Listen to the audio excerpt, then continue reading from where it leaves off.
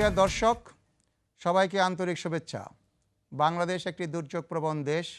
এই দেশের মানুষ নানাবিধ দুর্যোগ মোকাবেলা করেই আমরা বেঁচে আছি এবং এই দুর্যোগ মোকাবেলায় আমাদের পূর্ব প্রস্তুতি, আমাদের করণীয় এবং আমাদের জনগণের সচেতনমূলক বিষয়কে নিয়ে এই আয়োজন দুর্যোগ মোকাবেলা বাংলাদেশ।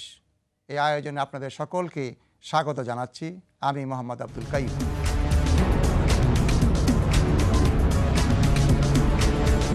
দর্শক, এই পর্বের আলোচনার বিষয়বস্তু দুর্যোগ ব্যবস্থাপনা নীতি ও কৌশল।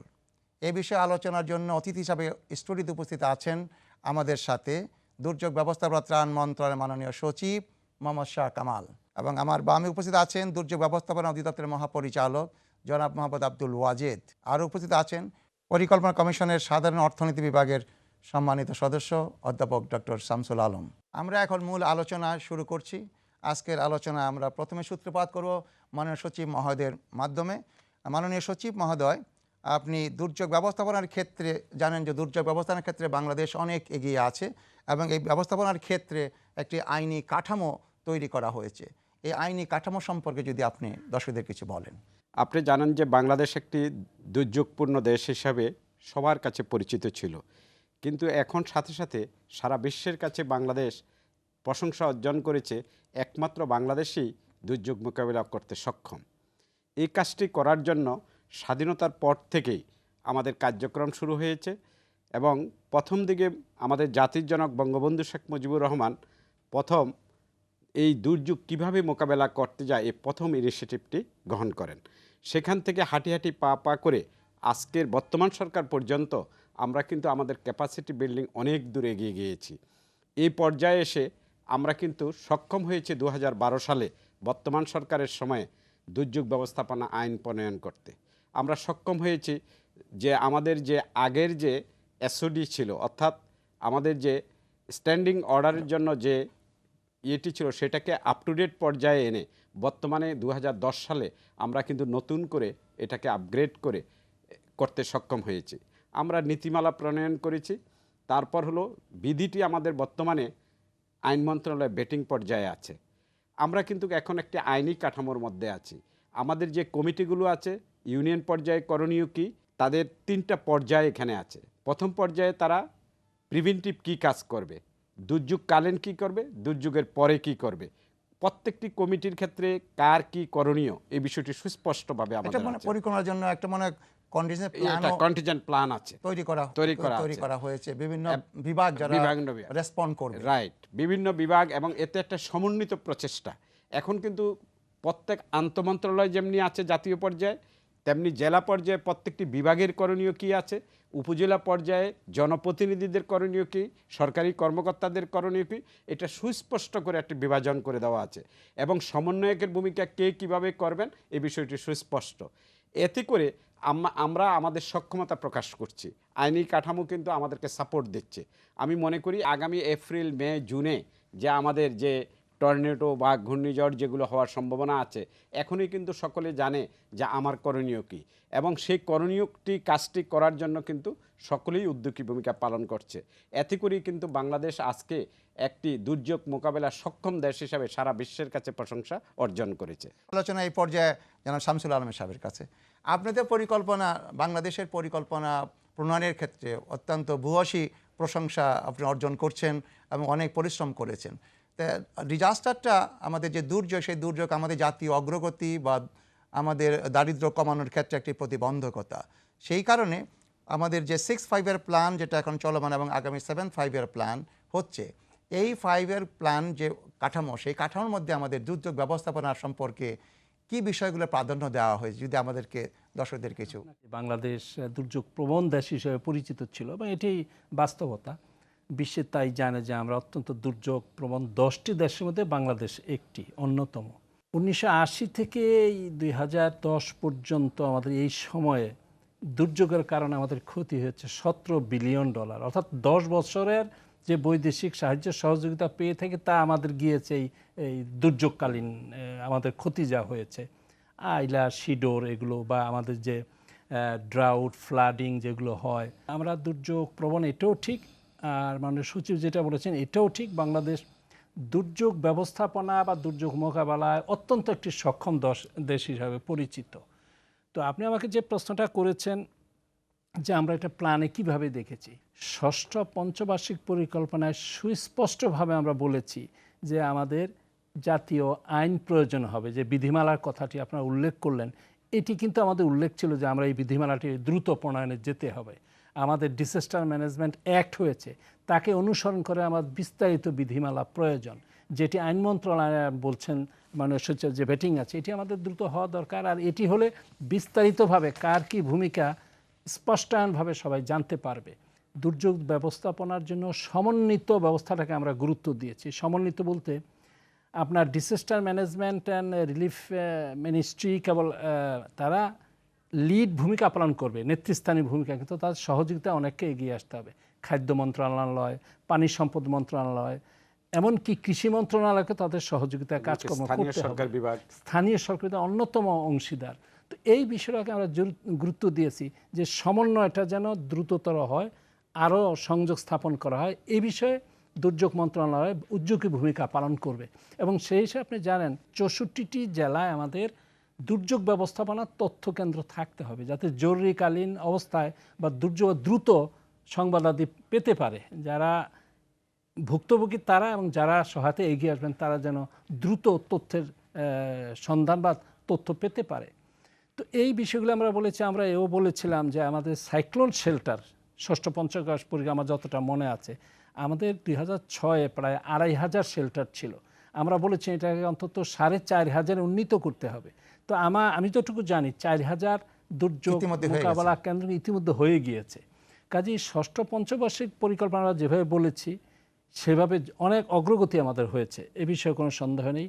আর সপ্তম পঞ্চবার্ষিক পরিকল্পনায় আমরা আরও জোর দেব সচেতনতা বৃদ্ধি, যে কথাটা আপনিও বলছেন, আমাদের সচিব মহোদয় বলছেন, এটি অত্যন্ত গুরুত্বপূর্ণ। হ্যাঁ, আমরা মনে হয় যে পরিকল্পনা কমিশনের যে ফ্রেমওয়ার্ক আছে ওইখানে আপনার ষষ্ঠ পরিকল্পনা যেটা হয়েছে সেটা আপনার সময়ে, এবং সেটা প্রথমবারের মতো ডিজাস্টারকে একটা আলাদা করে দেখানো হয়েছে, এবং এটা একটা প্রতিবন্ধকতা, সেটা আমরা উত্তরণ ঘটাবার জন্য সকলের সমন্বিত প্রয়াসের ক্ষেত্রে একটা অনুকূল পরিবেশ তৈরি করা হয়েছে। আলোচনা এই পর্যায়ে মহাপরিচালক দুর্যোগ ব্যবস্থাপনা অধিদপ্তর এখানে উপস্থিত আছেন। বাংলাদেশের আমাদের যে ডিজাস্টার মোকাবেলায় আমরা গতানুগতভাবে যেটা করতাম সেটা না হয়ে আমরা এখন বিজ্ঞান ও প্রযুক্তি ভিত্তিক ব্যবস্থার দিকে অগ্রসর হচ্ছি, যাতে করে আমরা দুর্যোগ মোকাবেলায় আরও বেশি সক্ষমতা অর্জন করতে পারছি।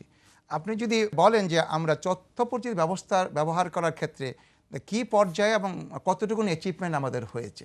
তথ্য প্রযুক্তির ব্যবহারটা বাড়ানোর উদ্দেশ্য হলো যে জনগণের যে দুর্যোগ থেকে ক্ষয়ক্ষতি যেটা হয় সেটা কমে নিয়ে আসা, মূলত সেই লক্ষ্য নিয়ে, এবং জনগণকে যারা দুর্যোগে আক্রান্ত যে জনগোষ্ঠী তাদের কাছে দ্রুত আগাম তথ্য পৌঁছে দেওয়া দুর্যোগ সম্পর্কে, সেই জন্যই তথ্য প্রযুক্তির ব্যবহারটা করা হচ্ছে।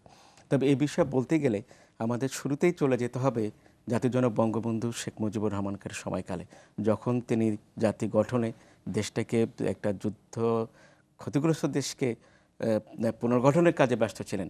তখন তিনি ভুলে যাননি 70 সালের যে ঘূর্ণিঝড় আঘাত এনেছিল, ভোলা ঘূর্ণিঝড় নামে পরিচিত, যেখানে প্রায় 3 লক্ষেরও বেশি মানুষ মারা গিয়েছিল, এবং বঙ্গবন্ধু তার নির্বাচনী প্রচার কাজ বন্ধ রেখে সেখানে ছুটে গেছেন মানুষের কাছে। কাজে দেশ পুনর্গঠনের কিন্তু প্রথম তিনি সেই কাজে হাত দিলেন যে আমাদের জনগণকে, উপকূলের জনগণকে দুর্যোগের এই প্লাবন এবং ঘূর্ণিঝড় থেকে বাঁচাতে হবে, এবং তার জন্যই তিনি সিপিপি গঠন করেন, সাইক্লোন প্রিপারনেস প্রোগ্রাম। রেড ক্রিসেন্টের সহায়তা নিয়ে, তৎকালীন রেড ক্রস সোসাইটি নামে পরিচিত ছিল, এবং তার এই প্রথম ওয়্যারলেস সেট ইন্ট্রোডিউস করা হলো, যে ওয়্যারলেসের মাধ্যমে তথ্য দূরবর্তী দ্বীপগুলো পর্যন্ত পৌঁছানোর জন্য। এর পরবর্তীকালে এটাকে আরও অনেক ডেভেলপ করা হয়েছে, এবং পরবর্তীকালে আমরা অনেক সেবা আমরা করেছি। আমরা যেমন প্রথমত যে বিষয়টা আমরা বলতে পারি যে মোবাইলের ব্যবহারটা, আমরা যেহেতু বাংলাদেশে প্রায় 12 কোটি মানুষ মোবাইল ব্যবহার করে, এই মোবাইলের মাধ্যমে দুর্যোগের তথ্য পৌঁছে দেওয়ার জন্য আমরা ব্যবস্থা নিয়েছি, এবং আমাদের কম্প্রিহেনসিভ ডিজাস্টার ম্যানেজমেন্ট প্রোগ্রামের সহায়তা নিয়ে আমরা ইন্টারাক্টিভ ভয়েস রেসপন্স IVR পদ্ধতির মাধ্যমে একটি ডেডিকেটেড নাম্বার 10941 বা 10941, এটার মাধ্যমে যে কোনো মোবাইল থেকে টেলিফোন করে আমাদের দৈনন্দিন আবহাওয়ার বার্তা, জেলেদের, সমুদ্রগামী জেলেদের জন্য সতর্ক বার্তা, তারপর নদী বন্দরগুলোর জন্য সতর্ক বার্তা, বন্দরের জন্য সতর্ক বার্তা, এগুলো প্রচার করার ব্যবস্থা হচ্ছে। ডেইলি এটা আপডেট করা হচ্ছে। এবং আমরা দেখেছি যে 2013 সালের 16ই মে যখন মহাসেন ঘূর্ণিঝড় আঘাত করলো বাংলাদেশে, সেই সময় মাত্র 3 দিনে আইভিআরে কল রেকর্ড হয়েছে 63,000 এবং SMS এর মাধ্যমে আমরা দেখেছি প্রায় তখন তো এটা তো 40,000 প্রচারও ছিল না, এখনো- প্রচারও ছিল না, তারপরেও। তারপরেও এটা হয়েছে। এখন এই পদ্ধতিটা কিন্তু তাদের কাছে খুব জনপ্রিয় হয়েছে, জনপ্রিয় পদ্ধতি তারা খুব এটা। ইন্টারেস্টেড হয়ে কিন্তু এটা অ্যাকসেপ্ট করছে। এছাড়াও আমাদের যে ভূমিকম্প আরেকটা হলে ভূমিকম্পের কোন জায়গায় ক্ষেত্রে হতে পারে এগুলো হয়তো আমরা বিজ্ঞান আমরা প্রযুক্তি যেরকম ব্যবহার করেছি। ইয়েতে সিডিএমপি সহায়তা নিয়ে যে জরিপটা হয়েছে তার মাধ্যমে ঢাকা শহরের যে ভূমির যে ঢাকা, চট্টগ্রাম, সিলেট তিনটা জেলায় প্রথম করা হয়েছে, আরো মাইক্রোজোনেসের মাইক্রোজোনেশন, করা হচ্ছে। এটার ব্যবহার করে কোন জায়গার মাটির কোন কি অবস্থা সেই অনুযায়ী ঘর বাড়ি তৈরি করার একটা ব্যবস্থা নেওয়া হয়েছে। আরেকটা জিনিস আমরা করেছি, সেটা হলো যে তথ্য আদান প্রদানের জন্য যে ডিজাস্টার ম্যানেজমেন্ট ইনফরমেশন সিস্টেম, এটা ডেভেলপ করার ব্যবস্থা নেওয়া হচ্ছে এবং প্রত্যেকটা উপজেলার সঙ্গে এটার কানেক্ট করা হচ্ছে। প্রত্যেকটা উপজেলার পিএওদের সঙ্গে যাতে দ্রুত তারা তথ্য পাঠাতে পারে আমাদের হেডকোয়ার্টারে, এবং হেডকোয়ার্টার থেকেও তথ্য তাদের কাছে পৌঁছতে পারে সে ব্যবস্থা নেওয়া এছাড়াও হয়েছে। আমরা যখন যে স্যাটেলাইট টেলিফোন বানানো হয় একটা সেটার দিকে পরিকল্পনা আমরা আছে, অগ্রসর হচ্ছি যাতে এবং করে আমরা সকল communication এই বাতিল বিশেষ করে হলেও আমাদের ইসিআরআরপি প্রজেক্টের সহায়তায় আমরা উপকূলীয় জেলাগুলোতে স্যাটেলাইট টেলিফোনের নেটওয়ার্ক এটা ব্যবস্থা করছি, যাতে যদি মোবাইল নেটওয়ার্ক কাজ না করে, যদি বিদ্যুতের কোনো ঘাটতি হয়ে যায়, তাহলে যেন আমরা এই স্যাটেলাইটের মাধ্যমে করতে পারি। প্লাস হলো যে ড্যামেজ অ্যান্ড নিডস অ্যাসেসমেন্ট, এটারও সেল আমরা ডেভেলপ করেছি এবং যাতে অনলাইনে আমরা দুর্যোগের ক্ষয়ক্ষতির খবরটা নিতে পারি সেটার ব্যবস্থা আমরা করেছি। ধন্যবাদ। আবার আমরা এই আলোচনায় ফিরে আসব। দর্শক, আপনারা দেখছেন দুর্যোগ মোকাবেলা বাংলাদেশ। এবার নিচ্ছে ছোট্ট একটি বিরতি। বিরতির পর আবার ফিরে আসব, আমাদের সঙ্গেই থাকুন।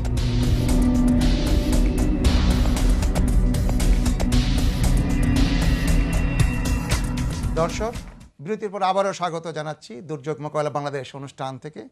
আলোচনা করছি দুর্যোগ ব্যবস্থাপনা নীতি ও কৌশল নিয়ে।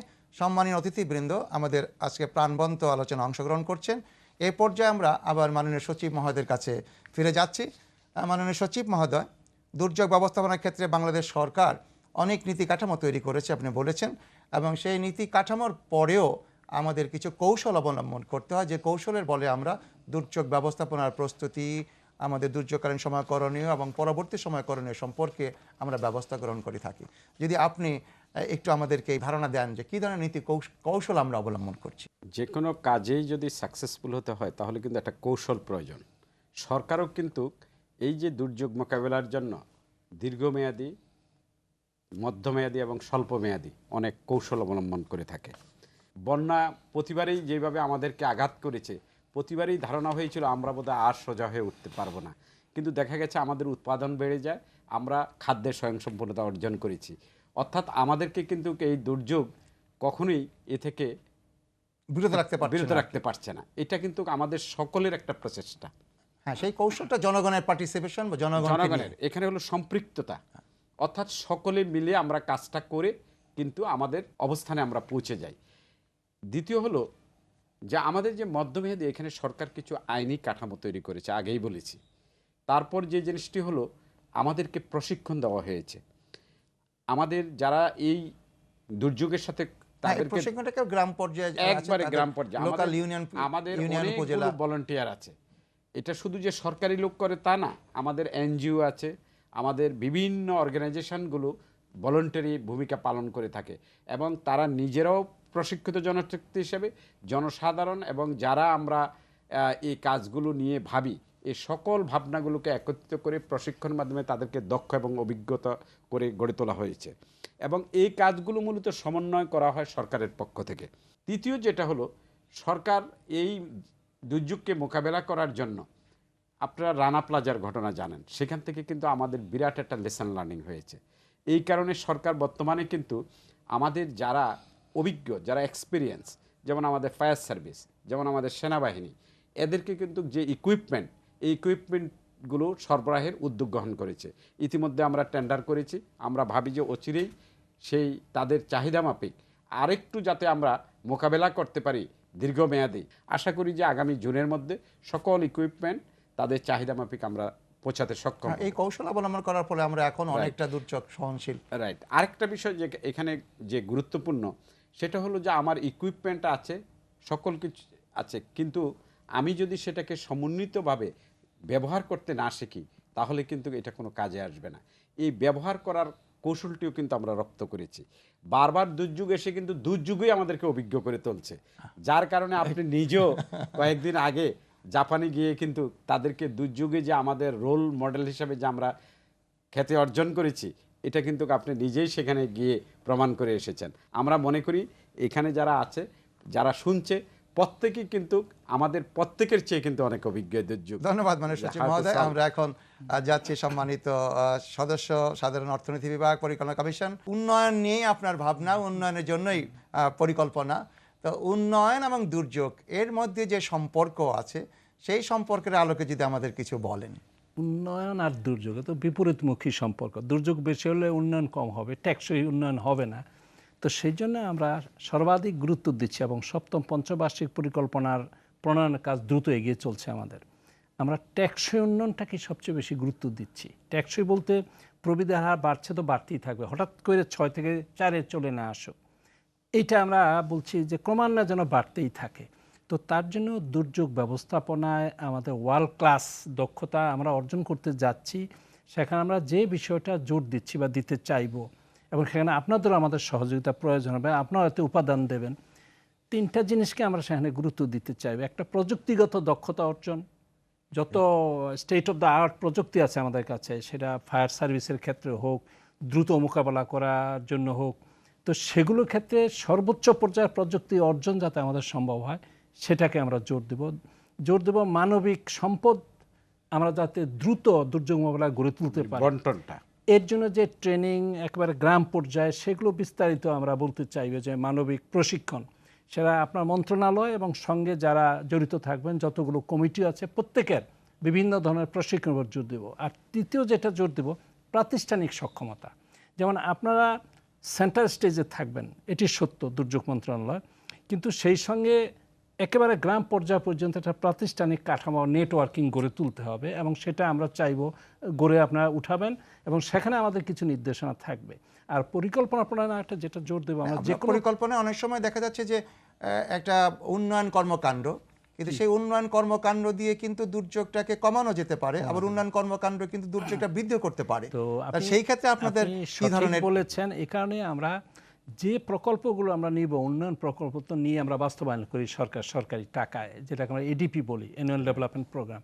সেখানে প্রত্যেকটি প্রকল্প যাতে এই দুর্যোগটা বিবেচনায় রেখে প্রকল্প প্রণয়ন হয়, যাতে ফ্লাডটা আমাদের যত কম ক্ষতি করতে পারে সেইভাবে রাস্তাঘাট গড়ে তোলা।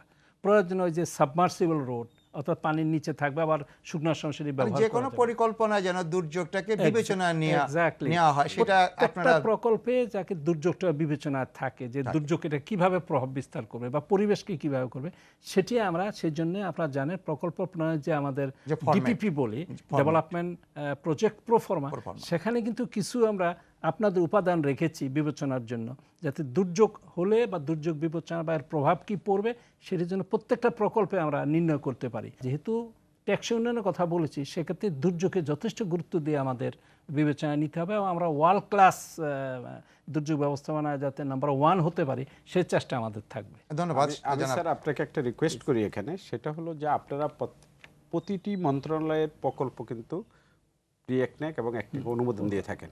আপনারা যদি প্রতিটি প্রকল্প গ্রহণের ক্ষেত্রে দুর্যোগের ক্ষেত্রে কি রাখা হয়েছে, অপরচুনিটি রাখা হয়েছে মোকাবিলার, এটাকে বিবেচনা আনেন, তাহলেই কিন্তু আমাদের কাজ করতে অতি সহজ হবে। আমরা এখন একটু এটা কিন্তু হয়ে গেছে অলরেডি, দুটো ভুল বেরিয়ে, আমরা মনে হয় একটু এখন যাচ্ছি জনাব আব্দুল ওয়াজেদ সাহেবের কাছে।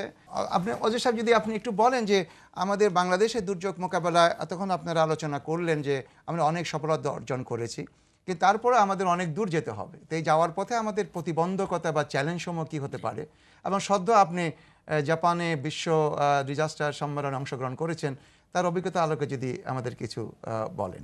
প্রথমত চ্যালেঞ্জগুলো কি হতে পারে? চ্যালেঞ্জের বিষয়গুলো আসলে আমরা যদি দেখি যে প্রাকৃতিক দুর্যোগ আমরা মোকাবেলা করতে সক্ষম হয়েছি, সাইক্লোন এবং বন্যা, এই দুটো মোকাবেলার ক্ষেত্রে বাংলাদেশ সফল একটা দেশ এবং বিশ্বে একটা মডেল দেশ হিসাবে রিকগনাইজড হয়েছে। কিন্তু এই দুটার ক্ষেত্রে কিন্তু আমাদের চ্যালেঞ্জ এখনও অনেক রয়ে গেছে। কারণ হলো ক্লাইমেট চেঞ্জের যে হচ্ছে মোকাবেলা করতে হচ্ছে। আর যেটা আরেকটা হচ্ছে সেটা হলো যে আমাদের লবণাক্ততা, এটা একটা বড় চ্যালেঞ্জ হিসেবে দেখা দিচ্ছে। আগে লবণাক্ত ছিল সমুদ্র তীরবর্তী এলাকাগুলোর মধ্যে, এখন দেখা যাচ্ছে যে সেটা যশোর এবং গোপালগঞ্জ পর্যন্ত চলে আসতেছে।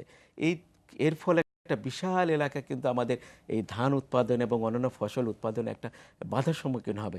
কাজে সেটা আমাদের একটা চ্যালেঞ্জ, এবং সেটার জন্য অভিযোজন প্রক্রিয়া আমাদের কি হবে, কিভাবে নতুন ধরনের সিড আমাদের ব্যবহার করা এবং নতুন নতুন গবেষণার দিকে আমাদের যেতে হবে এটা মোকাবেলা করার জন্য। খরার একটা ব্যাপকতা আছে, এবং যেটা খুব সামান্য ছিল, এখন আমাদের পদ্মা নদীতে তো পানি পাওয়া যাচ্ছে না, এবং এটার একটা মোকাবেলা আমাদের দেখা যাচ্ছে যে একটা বিরাট এলাকা আমাদের খরা এলাকা হচ্ছে। পাশাপাশি বাংলাদেশের রিসেন্ট কোনো অভিজ্ঞতা আমাদের নেই ভূমিকম্পে, কিন্তু বাংলাদেশ বলা হচ্ছে যে ভূমিকম্প প্রবণ দেশ হিসেবে বাংলাদেশের অবস্থান হচ্ছে 17।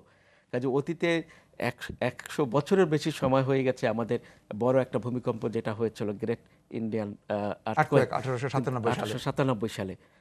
এখন রিসার্চাররা বলছেন যে যে কোনো সময় ভূমিকম্প বাংলাদেশে ঘটতে পারে। তাহলে ঢাকা, সিলেট এবং চট্টগ্রাম, যেটা এখন বর্ধিষ্ণু শহর এবং সেখানে হাই রাইজ বিল্ডিং হয়ে গেছে, সেখানে কিন্তু আমাদের একটা বড় ধাক্কা আমাদের পেতে হবে, এবং এটা একটা বড় চ্যালেঞ্জ হিসাবে আমাদের দেখতে হচ্ছে। এবং আমরা চাচ্ছি যে এটা মোকাবেলা করার জন্য যে আমাদের শুধু যন্ত্রপাতি ক্রয় করার ব্যাপার না এবং ট্রেনিংয়ের ব্যাপার না, পাশাপাশি জনগণকে সচেতন করে তোলা এবং বিল্ডিং কোড অনুসরণ করে। আমাদের বিল্ডিং কোড আছে 1993 সালে আমরা বিল্ডিং কোড প্রণয়ন করেছি, কিন্তু সেটার ব্যবহার নেই বলতে গেলে। কাজে সেটার ব্যবহার করে একটা পরিকল্পিত শহর করে তোলার জন্য আমাদের প্যারাডাইম শিফট করে দুর্যোগ ঝুঁকি হ্রাসের দিকে যেতে হবে, প্রিপারেডনেসের দিকে আমাদের বেশি ঝোঁক দিতে, মানে বেশি ইনভেস্ট করতে হবে।